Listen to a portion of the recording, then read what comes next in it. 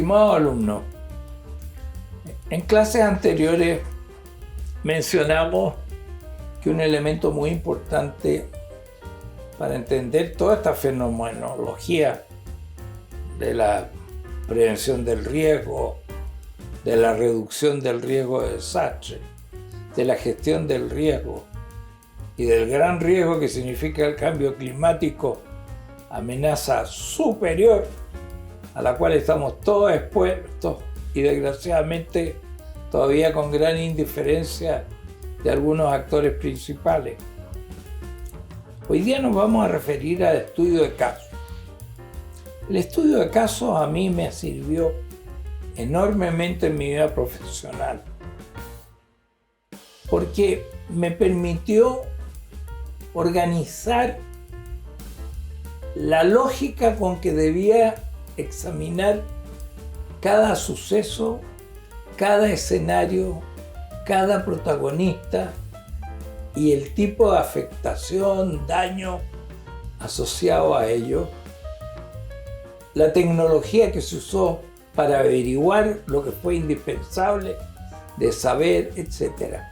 Por eso vamos a partir por 2 terremotos. Ya les recomendaba yo que estudiaran algo sobre el terremoto de Haití. Pues lo que ustedes están viendo es el edificio de gobierno de Haití, en Puerto Príncipe. Ustedes comprenden que desde ese momento, si ya no tenían un buen gobierno, porque sabemos que es un país pobre y muy subdesarrollado, en estas condiciones ya se quedaron absolutamente con una mano por detrás y otra por delante. Y ya vamos a ver cuál es la diferencia que hay entre emergencia, desastre, catástrofe y cataclismo. No es lo mismo. Si usted va camino a su casa y escucha que el locutor dice que se ha producido una grave emergencia en la esquina de Ñuble con Chiloé o uno de esos lugares por ahí, y un bus escolar estuvo a punto de darse vuelta al chocar con un camión cisterna, el que sí se volcó. La buena noticia es que los niños tuvieron contusiones leves, no hubo fallecidos, por lo tanto esta pudo haber sido una emergencia definida como aquella que se resuelve con medios locales. Llegó la ambulancia, llegaron los bomberos, llegó Carabineros, se resolvió el tema y media hora después nadie sabía que ahí se había producido ese accidente. Bueno, eso es una emergencia.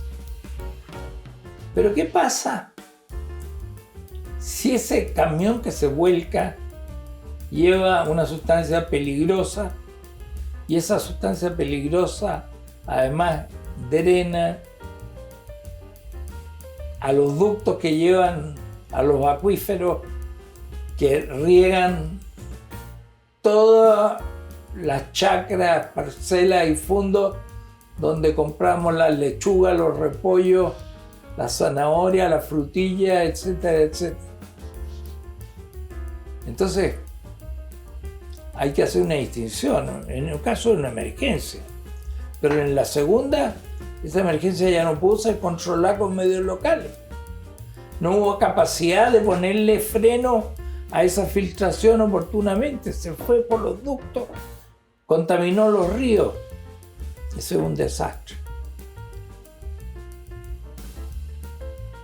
Y un desastre de origen antrópico, provocado por el hombre.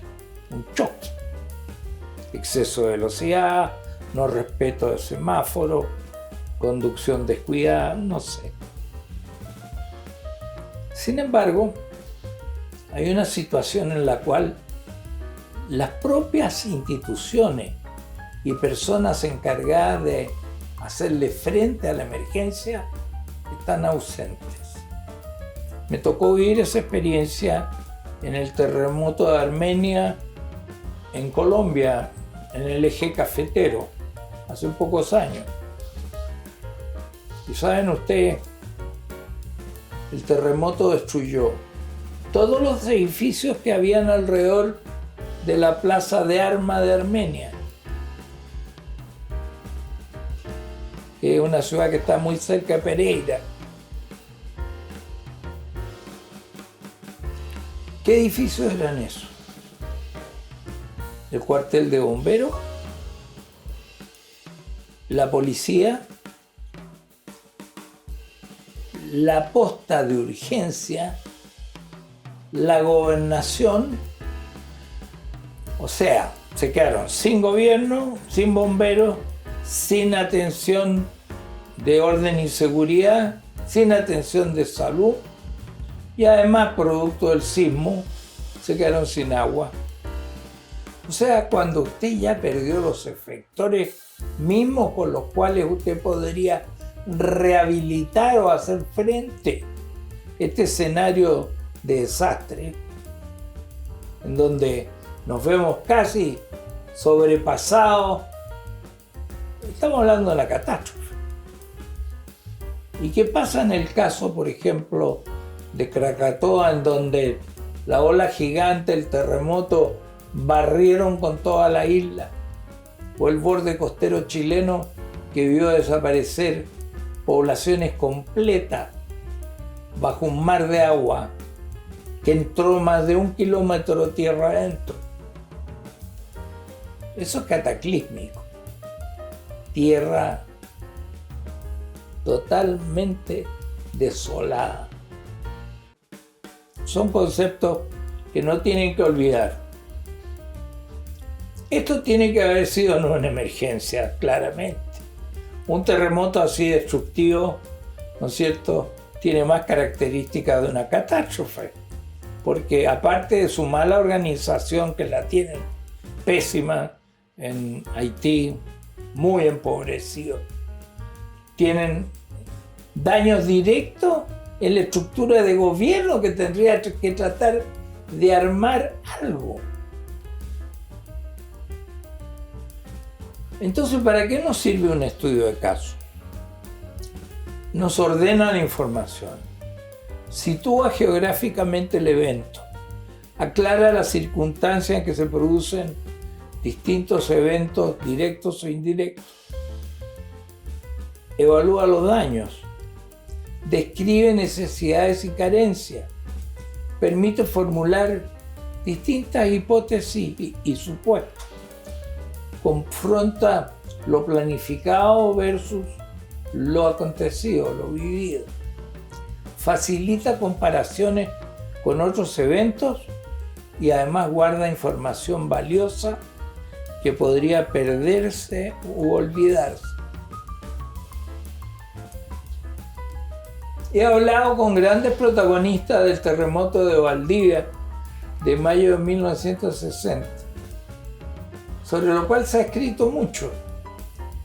Pero como yo tuve el privilegio de trabajar en la posta central un cuarto de siglo como cirujano, conocí a personas como Emilio Salinas Apaolaza, el médico jefe, maestro de la cirugía chilena, que fue de los médicos que fueron a Chillán en ese terremoto. Y lo que él me cuenta no lo he encontrado en libro alguno. Por lo tanto, si hubieran hecho un buen estudio de caso, para lo cual puede servir hasta la información periodística, más hoy día, en que la televisión llega, nos muestra a 2 metros lo que pasó, y hay comentaristas e incluso hay especialistas de llamada que pueden ir dando información y que nos permite obviamente graficar todo esto. Pero aprendamos a hacer estudio de caso, porque es un método de investigación y enseñanza que a partir de la observación, estudio y recolección de datos permite elaborar hipótesis, teoría o entender mejor el fenómeno. Mire cómo quedó la catedral de Haití. Recuerden ustedes que cuando pasan estos fenómenos, en un hemisferio y en una zona geográfica como es Latinoamérica, en donde la mayoría de los países son católicos, la gente asiste a sus iglesias a buscar la protección divina. El colapso de las iglesias, que son antiguos monumentos, es muy frecuente. Y por eso generalmente la mayoría de las víctimas son por desplome de las iglesias en terremotos como este. Por lo tanto, los elementos básicos que ustedes deben anotar. ¿Anotar dónde? Aquí. Que no se les olvide.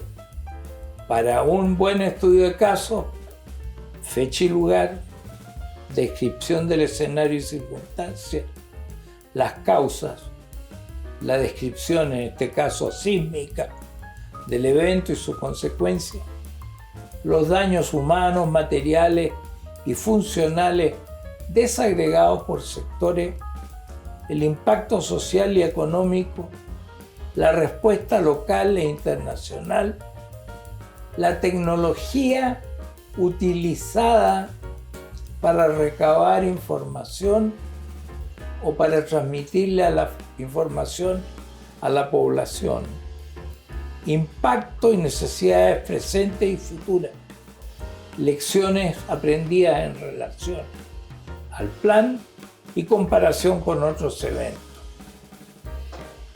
Ustedes van a tener una tarea que en buenas cuentas va a ser la evaluación final de este módulo sobre geoinformación. Estudie la presentación PowerPoint, estudio de 2 casos de terremoto, y seleccione 2 terremotos. Selecciónenlo usted. Sugiero terremoto del Maule, 27 de febrero de 2010, el 27F, o el terremoto de Illapel del 2015, o el terremoto de Aysén de abril del 2007. Y haga una síntesis de acuerdo con la plantilla de evaluación que le enviaremos y utilice los criterios que se han planteado en esta presentación. Va a tener una fecha de entrega al final del módulo, cuando se haya agotado este módulo inicial, pero creo que va a ser útil para ustedes haber realizado, entre otras cosas, el aprendizaje de cómo hacer un buen estudio de caso.